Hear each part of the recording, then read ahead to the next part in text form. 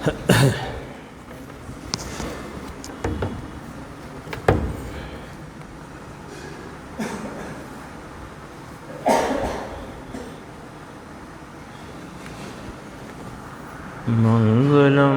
भगवान वीरो मंगलम गौतमो गणी मंगलम कुंद कुंदार्यो जैन धर्मोस्तु मंगलम सर्वमंगल मांगल्यम सर्वकल्याणकारकम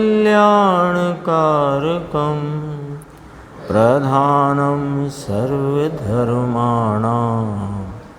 जैनम जयतु शासनम।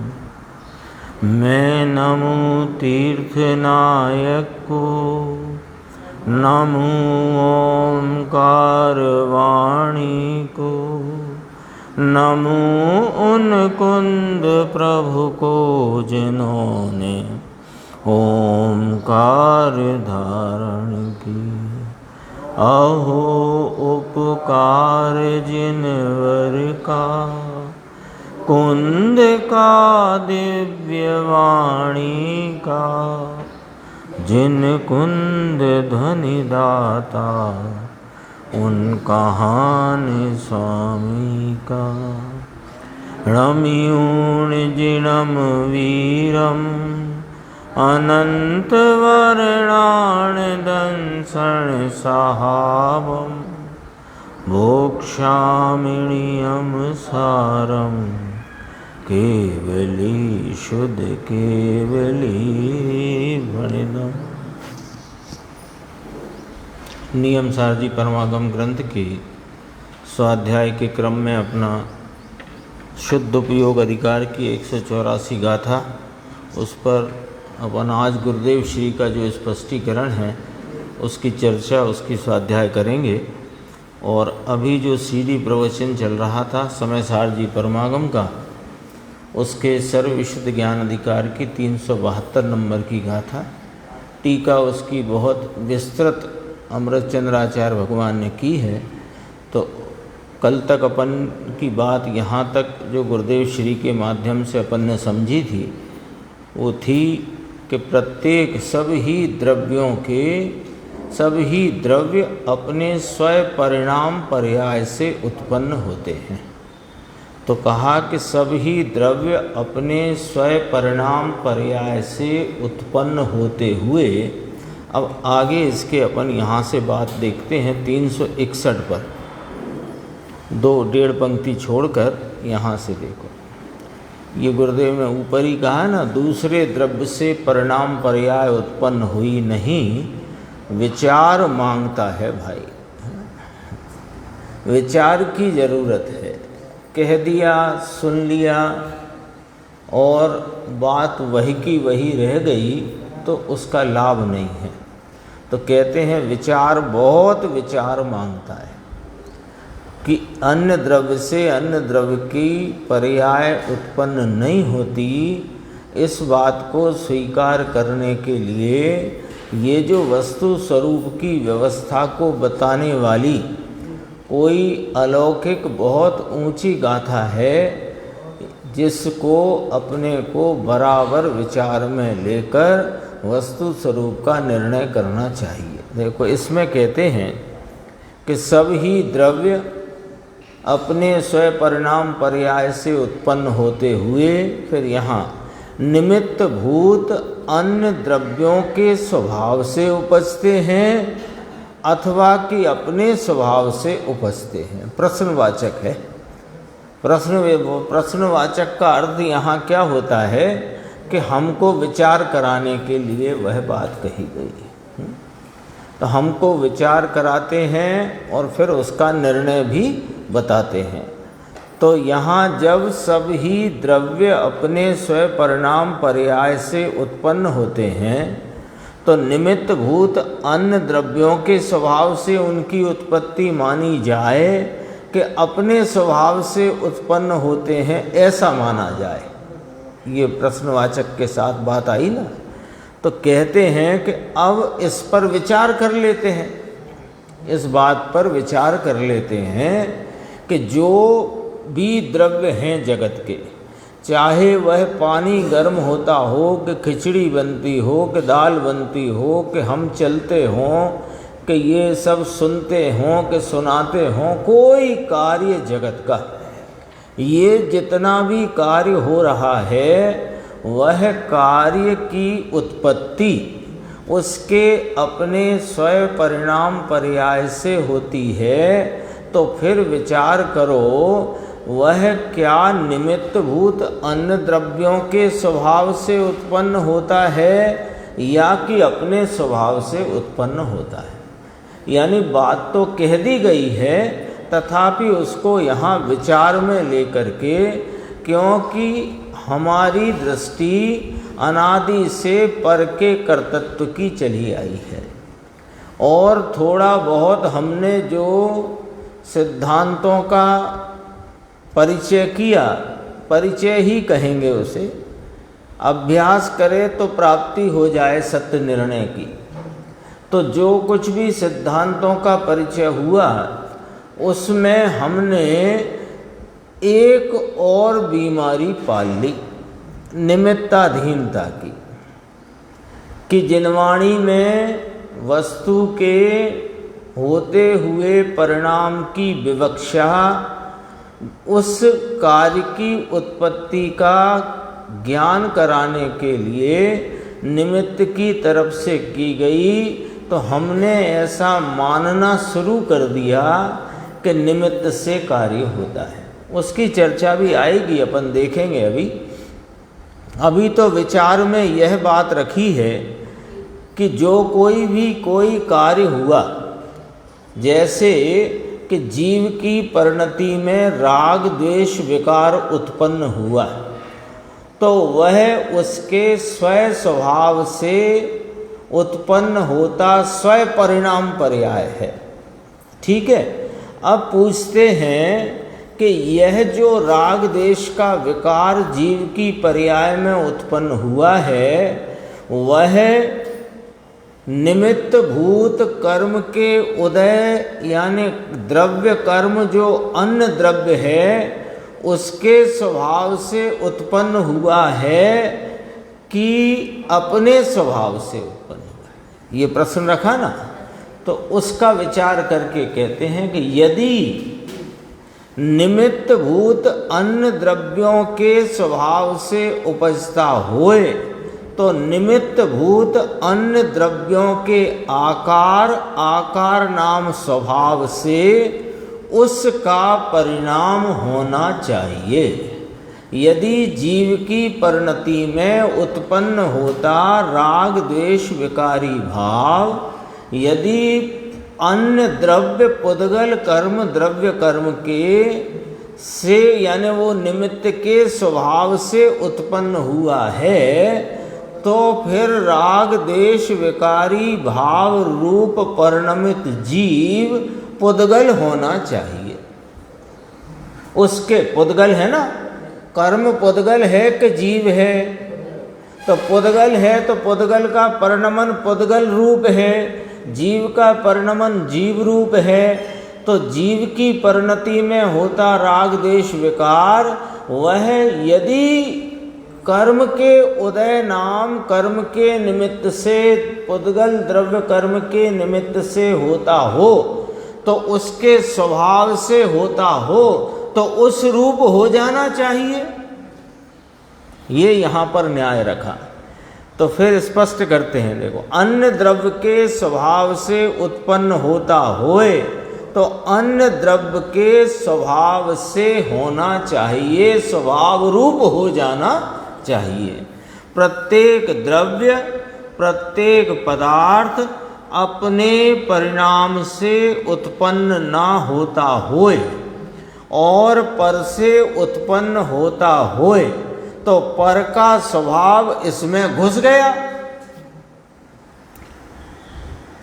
फिर पुद्गल द्रव्य कर्म का स्पर्श रस गंध वर्ण भाव जीव में घुस गया, तो फिर जीव ज्ञान दर्शन आनंद वीर्य रूप न रहता हुआ, अथवा कर्म चेतना कर्म फल चेतना रूप न, यहाँ विकार की बात करते ना, तो कर्म चेतना कर्म फल चेतना रूप न रहता हुआ वर्णादि रूप हो जाना चाहिए। तो यहाँ इस गाथा में जो आचार्य कुंद कुंद भगवान फरमाते हैं और जो बात यहाँ उसकी स्पष्टीकरण के रूप में आचार्य अमृतचंद्र भगवान कहते हैं और उसकी खुलासा यहाँ पूज्य गुरुदेव श्री जो करते हैं, उस पर से हमको खूब गहराई से इस बात को विचार में लेना चाहिए कि कर्म के उदय से विकार किंचित नहीं होता, नहीं हो सकता। जो कुछ भी परिणति में उत्पन्न होता हुआ विकारी भाव है वह जीव का अपना स्वयं का अपराध है, कर्म का नहीं।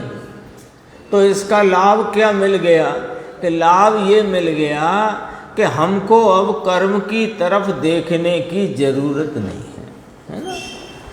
जो आपके काम में जिसकी दखलंदाजी नहीं, जैसे कोई काम हो ना, जैसे समझो अदालत का कोई काम हो और अदालत के कोई काम में अपने को लगता हो कि ये व्यक्ति की दखलंदाजी से हमारा काम बनता बिगड़ता है, तो हमारा उस पर लक्ष्य जाता है। लेकिन जब हम अदालत पेशी के दिन गए तो वहाँ हजारों आदमी थे कि नहीं थे? तो हजारों आदमियों पर हमारा लक्ष्य क्यों नहीं जाता? क्योंकि हमारा काम इनसे बनता बिगड़ता नहीं, ऐसा हमारा निर्णय पक्का है। तो उन पर क्यों लक्ष्य जाएगा? तो यहाँ कहते हैं, ये तो एक उदाहरण है, यहाँ कहते हैं कि जब कर्म का उदय उससे हमारी परिणति में राग देश रूपी विकार उत्पन्न होता ही नहीं है, तो फिर उसका लक्ष्य छोड़ो।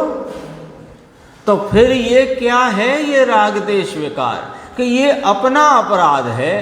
तो अपना अपराध क्यों है? यहाँ आओ कि अपना अपराध ये है कि अपने को आप भूल के हैरान हो गया। तो अपने को भूलना ही अपना अपराध है। तो अपने को भूलते आए हैं तो अपने को याद करो। याद कैसे करो कि अपना क्या स्वरूप है उसका निर्णय करो, और जैसा अपना स्वरूप है उसका वर्तमान उपयोग के द्वारा अनुसरण करो, तो ये अपराध मिट जाएगा अपने। तो वो ये बात जो गाथा में आई है ये तो इतनी व्यापकता से कही गई है कि जगत के प्रत्येक द्रव्य के बारे में ऐसा ही है, चाहे वो चेतन हो अचेतन हो, उसका कोई परिणाम हो, पानी के गर्म होने का हो, खिचड़ी बनने का हो, पापड़ का हो, रोटी का हो, धंधे का हो, व्यापार का हो, कोई कार्य हो, सब ऐसे ही होता है। देखो गुरुदेव ने तो बहुत उदाहरण लिए ना, बहुत। देखो प्रत्येक द्रव्य प्रत्येक पदार्थ अपने परिणाम से नहीं उपजता होए मान लिया जाए और पर से उत्पन्न होता होए, हम क्या करें? कर्म का उदय ही ऐसा आ गया, यानी तुमसे नहीं हुआ, वह कर्म के उदय से हुआ यदि मान लिया जाए, तो वो कर्म पुद्गल स्पर्श रस गंध वर्ण वाला जो पुद्गल कर्म है वो तुम में घुस गया।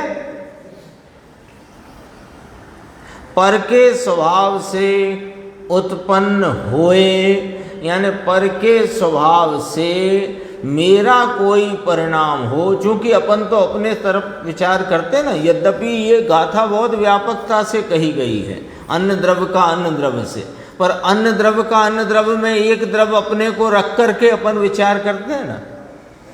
तो मेरा कोई परिणाम पर के स्वभाव से उत्पन्न होए ऐसा कभी बनता नहीं, क्योंकि पर का स्वभाव कभी पर में जाता नहीं है, घुस नहीं जाता है। देखो इसी के नीचे इसी बात को और स्पष्ट किया, 10-8 पंक्ति छोड़कर देखना। अन्य द्रव्य से अन्य द्रव्य का उत्पाद नहीं होता। यह सिद्धांत है, यह सिद्धांत है। ये सारी गाथा जो आई, इसमें जो मूल सूत्र था, जो अभी हाल ऊपर पड़ा गुरुदेव ने, देख सकते हैं अपन, अन्न दव्येण अन्न दव्यस्य नो कीरये गुण पाओ, तमहादु सब दब्बा उपजनते सहावेण। इतना सिद्धांत रख दिया कि अन्य द्रव्य का अन्य द्रव्य के द्वारा कोई कार्य नहीं होता। नो नो कीरिये गुण पाओ, गुण पाओ से अर्थ है यहाँ उसका परिणाम।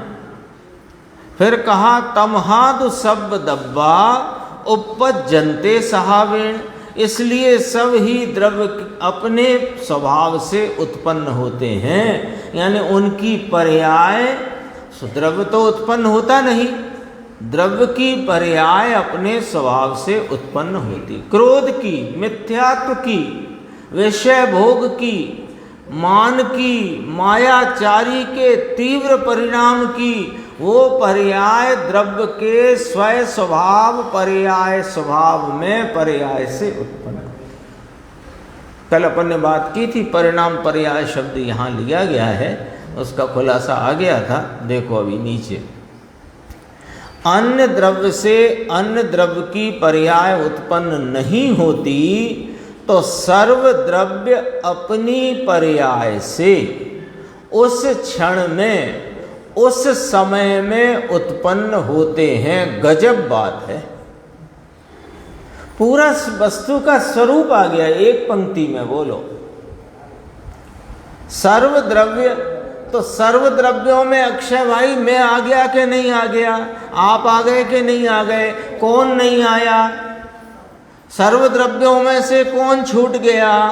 मैं चेतन द्रव्य हूँ कि नहीं, मैं ज्ञान दर्शन स्वभावी चेतन वस्तु हूँ कि नहीं, मैं अमूर्तिक प्रदेशों का पुंज ज्ञान स्वभावी हूँ कि नहीं, तो मैं एक द्रव्य हूँ कि नहीं। तो जब मैं द्रव्य हूँ तो सर्व द्रव्यों की अपनी वर्तमान पर्याय उस क्षण, देखो पर्याय कहते ही वर्तमान भाव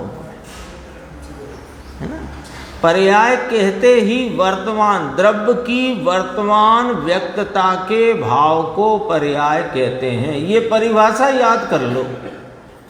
एक परिभाषा अपन ने पढ़ी सिद्धांत प्रवेशिका में कि द्रव्य के गुणों के कार्य को पर्याय कहते हैं, वो थी एक सामान्य परिचयात्मक परिभाषा। अब अपन जब द्रव्य गुण पर्याय का जो स्ट्रक्चर देखते हैं, उसका बंधारण किस प्रकार है, तो वहाँ उस बंधारण में गुण पर्याय व द्रव्यम है कि नहीं। तो गुण क्या है कि गुण क्या है, ये बात बाद में करेंगे। पहले द्रव्य है और उसकी वर्तमान व्यक्तता है, तो द्रव्य की वर्तमान व्यक्तता उसका नाम पर्याय है। और पर्याय में जितनी विध विध रूपता के भाव व्यक्त हैं, वे उस द्रव्य के गुण हैं। ये है द्रव्य गुण पर्याय, माने द्रव्य पर्याय गुण ऐसे है। तो ऐसा क्यों कहते हैं द्रव्य गुण पर्याय? उसका भी एक कारण है कि द्रव्य गुण त्रिकाली है, पर्याय बदलने वाली है, तो वो क्रम ऐसा रख दिया, द्रव्य गुण त्रिकाली पर्याय पलटने वाली। लेकिन समझना कैसे है कि द्रव्य वस्तु पदार्थ है जो गुण पर्यायवत है, वो द्रव्य की वर्तमान व्यक्तता वो पर्याय है। पर्याय में जितने भावों की विविधताएं व्यक्त हैं, वे सब उसके गुण हैं। ये ऐसे है द्रव्य पर्याय गुण। तो कहते हैं कि सर्व द्रव्य की अपनी पर्याय, अपनी कौन सी पर्याय समझना यहाँ, वर्तमान पर्याय। अपने द्रव्य की, अपन तो सर्व द्रव्य है ना, तो सर्व में अपना ले लो।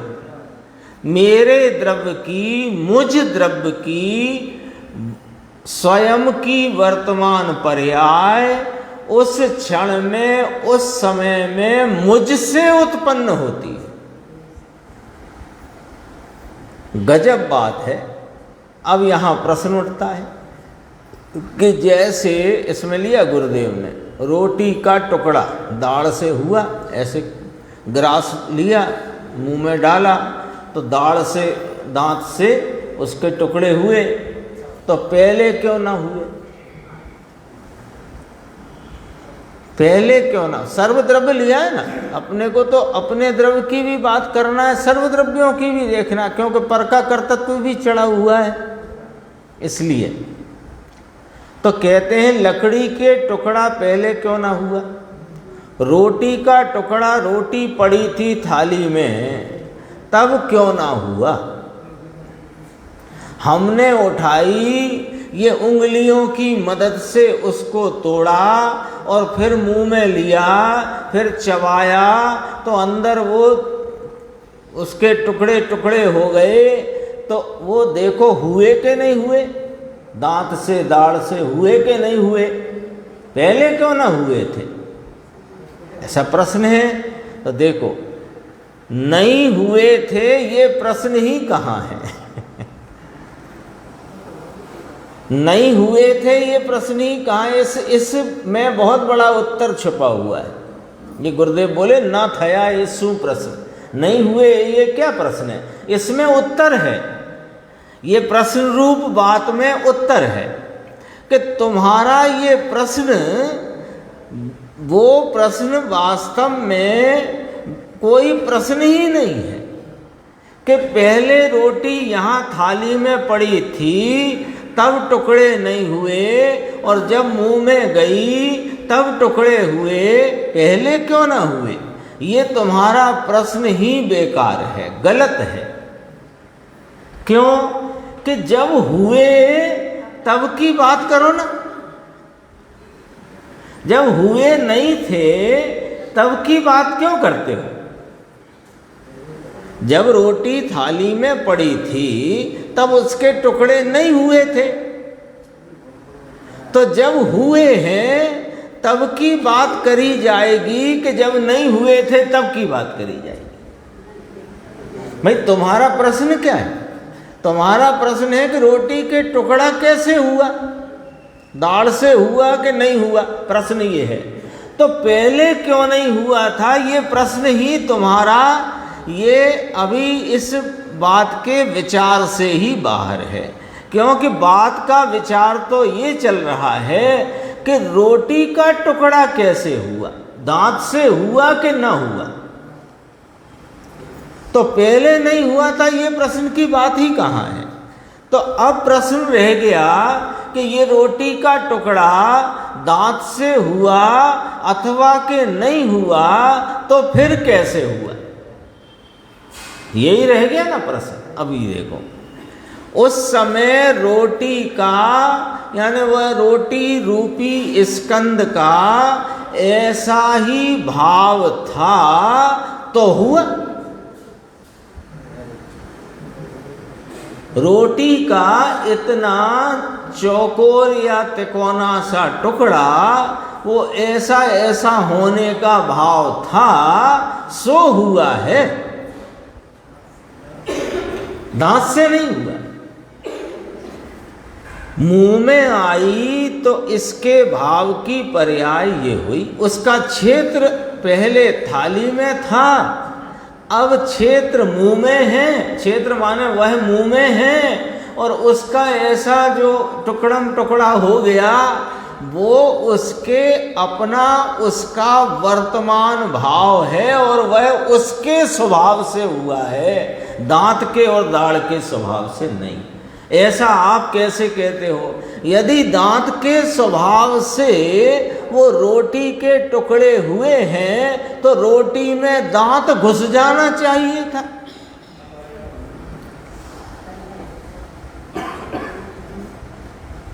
अभी अपन पढ़ के आए कि नहीं आए कि निमित्त उसमें निमित्त से हुआ तो वह घुस जाना चाहिए था। दाढ़ से भी रोटी के दो टुकड़े नहीं हुए। यदि दाढ़ से होते हों तो दाढ़ का स्वभाव, दांत का स्वभाव रोटी में आना चाहिए। अग्नि से पानी गर्म हुआ है तो पानी अग्निमय हो जाना चाहिए। बोलो मंजूर है कि नहीं मंजूर? चारों कषाय, 4 कषाय का विस्तार करो तो 16 और फिर करो तो 25।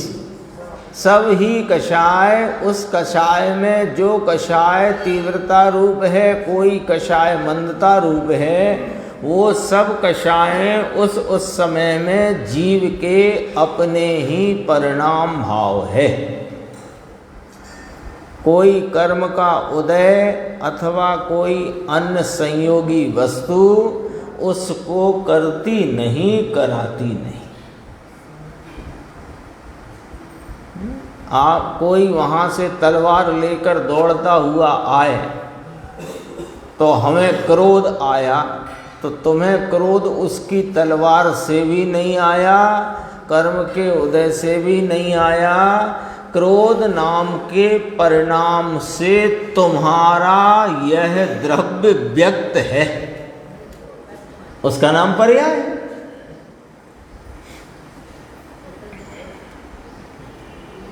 ना, अद्भुत गाथा है, 372 गाथा।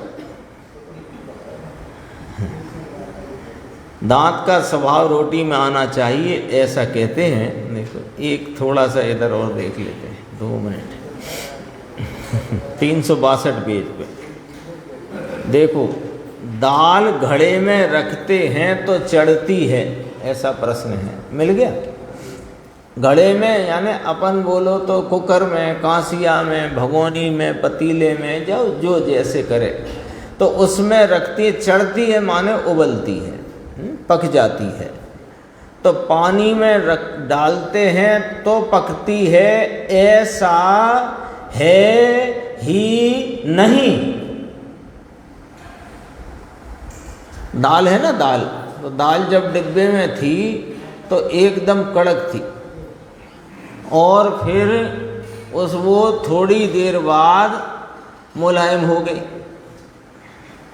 तो वह एकदम मुलायम कैसी हो गई कि ऐसे 2 उंगली के बीच में ऐसे दबाई तो एकदम दब गई, ऐसे करी तो घुल गई। यानी तो वो पानी से हुई, अग्नि से हुई, कि पतीले से हुई, कुकर से हुई, ये यहाँ विचार करा देते। देखो ये दाल के परमाणु की पकने की पर्याय स्वयं में से उत्पन्न होनी थी, तो वहाँ पानी आया, पानी से उत्पन्न नहीं हुई है। चावल हो कि खिचड़ी हो कि दाल हो, ठीक है। अब यहाँ प्रश्न उठाए, बात प्रश्न की है। ये प्रश्न उठाई क्यों? पानी निमित्त तो थयु ने। ये प्रश्न जो है ना, ये प्रश्न ही वास्तव में हमें हमारे पर के कर्तत्व की और पर से पर का, अन्न से अन्न का कार्य होता है, इस बात की वासना की सूचना देता है। निमित्त से कार्य होता है, ये बात हमारे अंदर में इतनी कहना चाहिए गहराई से या मजबूती से अंदर बैठ गई है कि निमित्त तो है ना, निमित्त की हाजिरी तो है ना। निमित्त से कार्य नहीं होता, निमित्त हाजिर तो होता है ना। इससे ये इसमें से क्या निकल कर आ रहा है, थोड़ा विचार करो। निमित्त तो है ना, निमित्त हाजिर तो है ना। ये तुम्हारी इस बात की सूचना दे रहा है कि तुम्हारे मन मस्तिष्क में मान्यता यही बैठी हुई है कि निमित्त की कोई ना कोई मदद तो है ही सही। देखो निमित्त का अर्थ क्या होता है, उत्तर दिया गुरुदेव श्री ने। निमित्त एक चीज है, उससे नहीं हुआ है।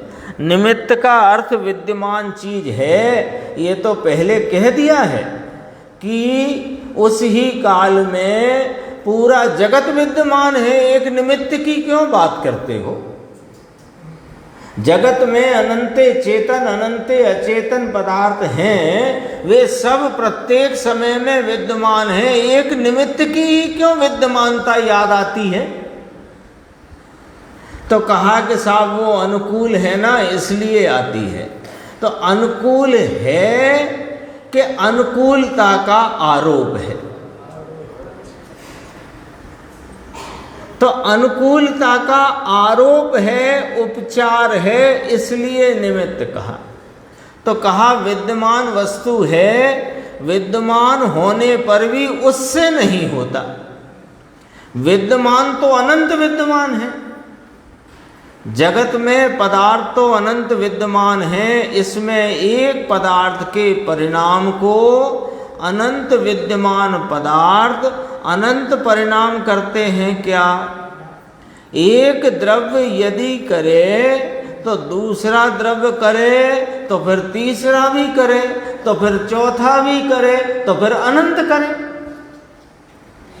यदि जीव की परिणति में, अपना जो मूल मुद्दा है, जीव की परिणति में उत्पन्न होता मोह राग द्वेष का जो परिणाम है विकारी, उसको यदि कर्म का उदय करे तो द्रव्य कर्म का करे तो नौ कर्म का भी करे, तो फिर धर्मास्ति काय भी करे, अधर्मास्ति काय भी करे, आकाश भी करे, काल भी करे, सारे पुद्गल करें, सारे जीव करें, फिर सबई करे ना। कोई न्याय रखोगे कि नहीं? एक बात और समझ लो, निमित्त अनुकूल नहीं है, अनुकूलता से आरोपित है। अनुकूल में और अनुकूलता के आरोपित करने में फर्क है।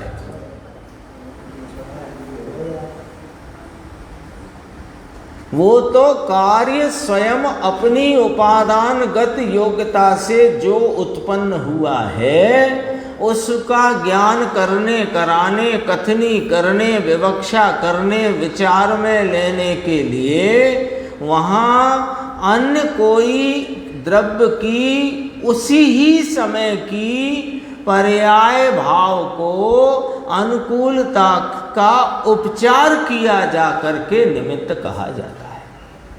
ऐसे तो पूरा द्रव्य, पूरा जगत, पूरे अनंत द्रव्य विद्यमान है। तो अपने भाव की सत्ता तो फिर रही नहीं। बोलो, यदि अनंत द्रव्य ही करने लग गए एक द्रव्य का काम, तो एक द्रव्य में अनंत द्रव्य आ मिले, तो एक द्रव्य में अनंत द्रव्य आ मिले तो इसकी न्यारी सत्ता ही ना रही, फिर सत्ता का ही नाश हो गया। अपना उस समय का भाव और पर्याय करने की ताकत तो फिर रही नहीं। ये तो फिर स्वयं के परिणमन की शक्ति से भी हीन हो गया। ऐसा है नहीं। कहा कि प्रत्येक द्रव्य का परिणाम अपने स्वभाव से उत्पन्न होता देखने में आता है। ये वाली चर्चा चली। अब इसके आगे की स्वाध्याय में इसके भावार्थ की चर्चा चलेगी और उसका भी उससे भी अपन इस सिद्धांत को और दृढ़ करेंगे। ऐसा अपना आगे का कार्यक्रम रहेगा।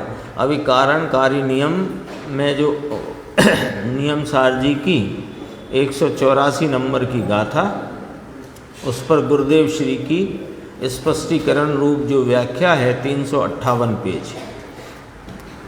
हरि गीत के बाद हरि गीत पढ़ लेते हैं, थोड़ा ख्याल में आएगा विषय। धर्मास्ति जान लगी त्या लगी, जीव पुद गलोनु गमन छे। धर्मास्ति काय अभाव मां, आगळ गमन नहीं थाय छे।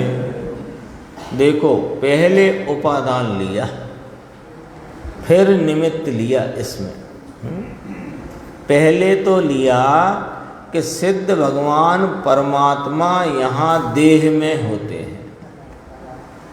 कल अपन ने करी थी चर्चा, याद होगा।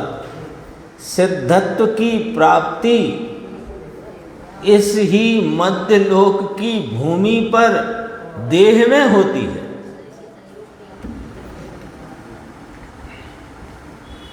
और सिद्ध अशरीरी होते हैं।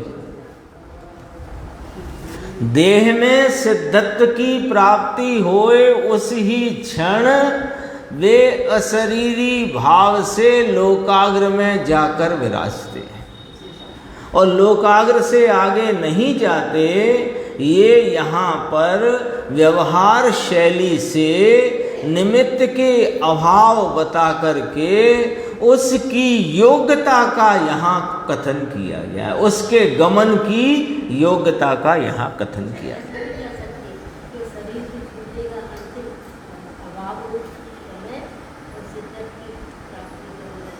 दरअसल ऐसा है नहीं, ऐसा है नहीं। हमको लगता है ये तीन कथन बने, सिद्धत्व की प्राप्ति, अशरीरपना और लोकाग्र में जाके विराजना, है ना। ये सब वास्तव में एक क्षण का कार्य है। कथन में तीन भाव पड़ गए।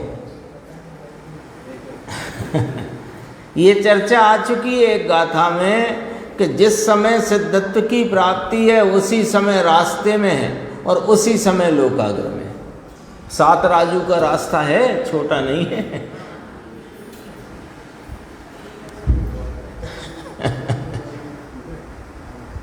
ये जीव तो एक समय में स्वभाव गति परिणाम से इसी गाथा में आया है।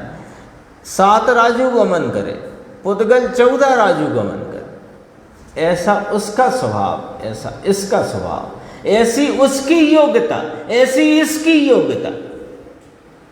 तो वो जीव के उस प्रकार की स्वभाव गमन रूप क्रिया की इस प्रकार योग्यता को यहाँ पर निमित्त के अभाव बता करके उस व्यवहार के द्वारा बताया गया है। उस उपादान को, किस उपादान को, कि सिद्ध लोकाग्र में जाके विराजते। समझो, अभी देखो, पहले उपादान लिया, फिर निमित्त लिया। इसमें पहले तो लिया कि सिद्ध भगवान परमात्मा यहाँ देह में होते हैं, फिर लोकाग्र में जाते हैं। ये जो है ना, अब ये कहने में भेद पड़ता है।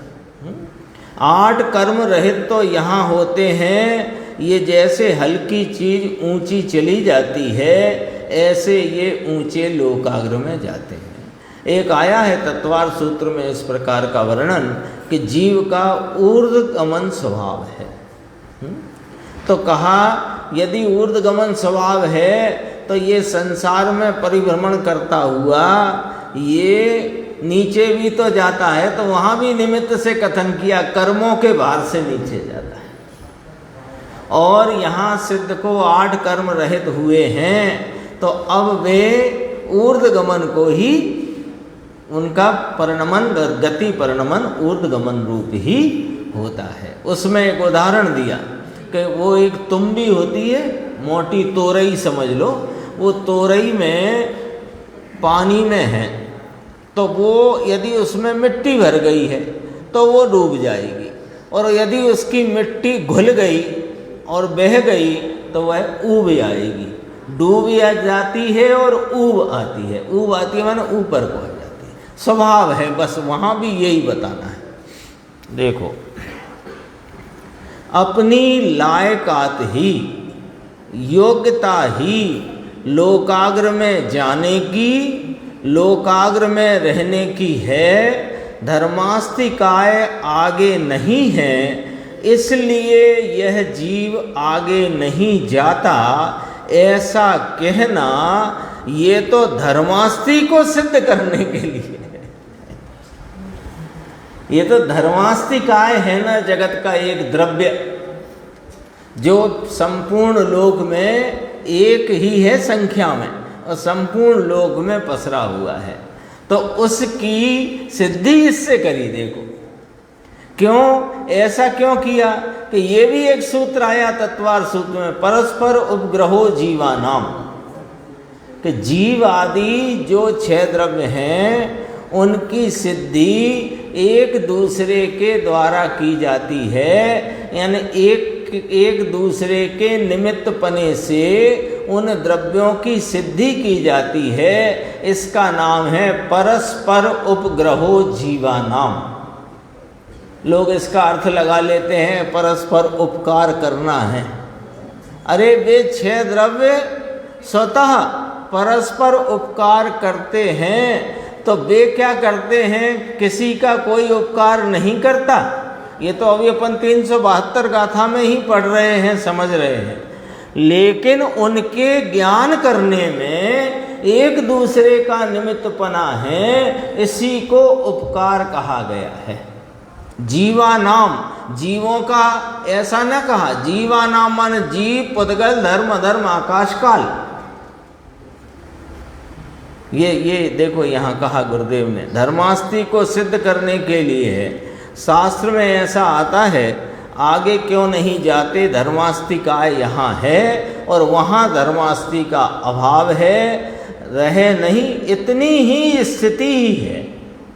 यानी कहाँ धर्मास्ति है कि लोकाकाश में धर्मास्ति है, अलोकाकाश में नहीं, तो अलोकाकाश में यह जीव जाता नहीं। ऐसा धर्मास्ति का निमित्तपना बताकर धर्मास्ति को सिद्ध किया, और जीव की उस समय की जो योग्यता है, उसका उपादान है, उसको यहाँ पर बताया गया है।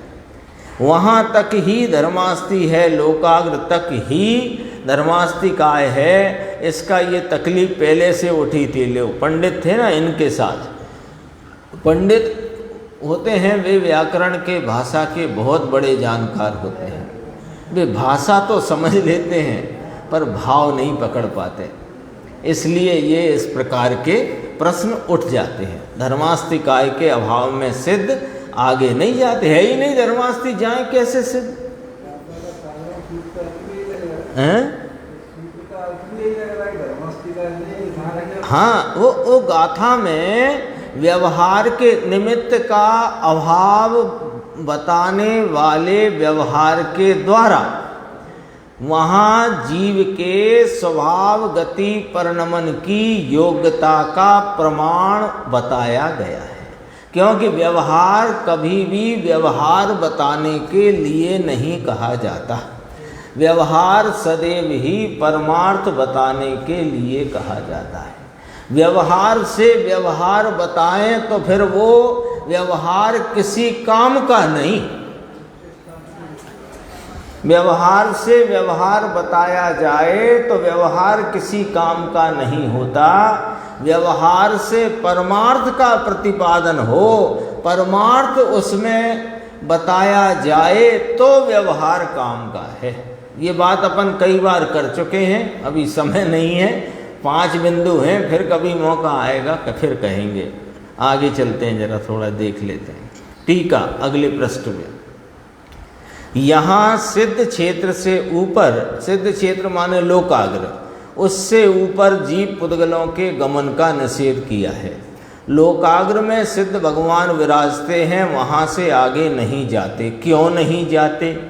कि इनकी अपनी उपादान की योग्यता ही इतनी है, और धर्मास्ति काय का अभाव है। 2 बातें हो गई, जीव की उपादान की योग्यता ही इतनी है वहाँ तक गमन करने की, और वहाँ धर्मास्ति काय का अभाव है उसके आगे। तो ये 2 बातें हैं, तो इसमें अनुकूल बने का आरोप धर्मास्ति काय पे आ गया। निमित्त का समझ में आया। कितने ही ऐसे कहते हैं कि धर्मास्ति काय का अभाव है, इसलिए सिद्ध आगे नहीं जाते। यदि धर्मास्ति काय थोड़ा और होता तो सिद्ध चले जाते, ऐसा उनका मानना है। इतनी इनको परतंत्रता है, सिद्ध को भी इतनी परतंत्रता है। देखो, स्वभाव गमन करते हैं, स्वभाव गति क्रिया कहा उसको, तो स्वभाव गमन करते हैं, लेकिन इतने परतंत्र हैं। देखो सिद्ध अभी भी परतंत्र रह गए। बोलने के पहले सोचो तो एक बार, अरे संसार में रहा जीव, निगोद में रहा जीव परतंत्र नहीं है, तो सिद्ध कहाँ से परतंत्र हो गए? वे तो पूर्ण भाव को प्राप्त हैं। अरे जो बिल्कुल समझो कि ऐसी दशा में है कि जिसे अन्य जीव भी नहीं मानते। कहाँ निगोद के जीव को कौन जीव मान रहा है? तो जिसको जीव ही जीव नहीं मान रहे, ऐसी दशा में रहा जीव भी स्वतंत्र है। अरे जीव क्या, अणु अणु स्वतंत्र है। देखो इनकी परतंत्रता है, नहीं तो अनेकांत खंडित हो जाएगा, उनका कहना है। कथनचित स्वतंत्र मानो भैया सिद्धों को, कथनचित परतंत्र मानो। ऐसा रखो अनेकांत। सिद्ध को भी परतंत्र ठहराना है। अभी तो ये अनेकांत की इस प्रकार की व्याख्या एक पंडित हैं, वे इस प्रकार करते हैं। आगे थोड़ा सा देख लो, बस ये पूरा 360 पेज नीचे का पैराग्राफ। वीतराग का मार्ग बहुत सूक्ष्म है। सर्वज्ञ केवली परमात्मा का कहा हुआ स्वरूप बहुत सूक्ष्म, बहुत सूक्ष्म। देखो एक पंक्ति में 3 बार सूक्ष्मता का यहाँ अपने को परिचय कराया। परमेश्वर सिवाय ये बात कहीं हो सकती नहीं। क्या अंतर कितना, अब इसको दूसरे के साथ मिलाना है, समन्वय करो। अब वीतराग मार्ग का, जिसमें अणु अणु स्वाधीन है, जीव जीव स्वाधीन है, एक अंगुल के असंख्यातवे भाग में असंख्य शरीर हैं और एक शरीर के आश्रय से अनंत जीव हैं। सब जीव स्वतंत्र और सब परमाणु स्वतंत्र। ऐसा यह वीतराग का मार्ग बहुत सूक्ष्म और स्वाधीनता का उद्घोष करता हुआ है। अब इसका समन्वय करो, किससे करें बताओ आप, किससे समन्वय कर लें? परतंत्रता वालों से कर लेने से हाँ वो वीतराग का मार्ग स्वतंत्र रह जाएगा अथवा स्वतंत्रता का उद्घोषक रह जाएगा। किससे समन्वय कर लें? ये समन्वय का मार्ग नहीं है, ये तो वस्तु स्वरूप को समझ लेने का मार्ग है। ऐसी बात, ये भी धर्म है और ये भी धर्म है, किसके साथ करें? इसमें 2 बात करी। सिद्ध को 7 राजू जाना है, 7 राजू समझ में आया यहाँ से मध्यलोक से, तो ये स्वाभाविक क्रिया है। परमाणु 14 राजू जाते हैं, ये भी उन परमाणुओं की स्वाभाविक क्रिया है। एक प्रदेश जाए तो ये तो 6 नरक के 7वें नरक के पाताल में परमाणु हो, तो एक समय में जहाँ सिद्ध विराजते हैं वहाँ चला जाए, वहाँ भी परमाणु है, वहाँ अन्य जीव भी है। हाँ निगोद के, इसको खबर नहीं कि हम ऐसे जाते हैं, इसका ये स्वभाव है। तो भी इतनी गतिवान को भी झड़पी आटली गति, झड़पी माने बहुत तेज, इतनी इसकी गति है। एक समय में तो असंख्य प्रदेश लोक के, आकाश के, सब लोकाकाश के, तो भी इसको स्वाभाविक क्रिया कहलाते हैं, व्यभाविक नहीं है। गमन करे ये व्यभाविक है, ऐसा जो कोई अर्थ करता है ये सच्चा अर्थ नहीं है। ये गुरुदेव ने यहाँ याद कराया। कोई कहता है ये जो जीव का गमन रूप भाव है ना, ये विभाव रूप परिणाम है। ये विभाव रूप परिणाम नहीं है। हाँ, योग निरोध हो चुका है, योगों का हलन चलन विभाव है। लेकिन ये जो सिद्धों की यहाँ से ऊर्ध्व गमन की जो क्रिया है, वो योगों के हलन चलन रूप विभाव का उससे कोई मतलब नहीं है। ये इसकी क्रियावती शक्ति का अपना स्वाभाविक परिणमन है। बात को समझना चाहिए।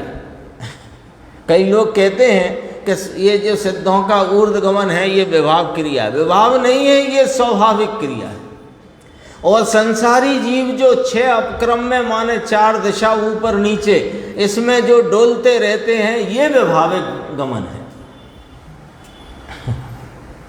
गमन करना ये विभाव है, ऐसा कोई कहता है, ये बात सच्ची नहीं है। ये चर्चा अपनी इस गाथा की पूर्ण होती है। बाकी वो अपन ने पढ़ लिया था, 2 अणु की विभाव क्रिया स्कंदों की और जीव की संसार दशा में होती विभाव क्रिया है। अब आगे के कलश की चर्चा आगे की स्वाध्याय में करें।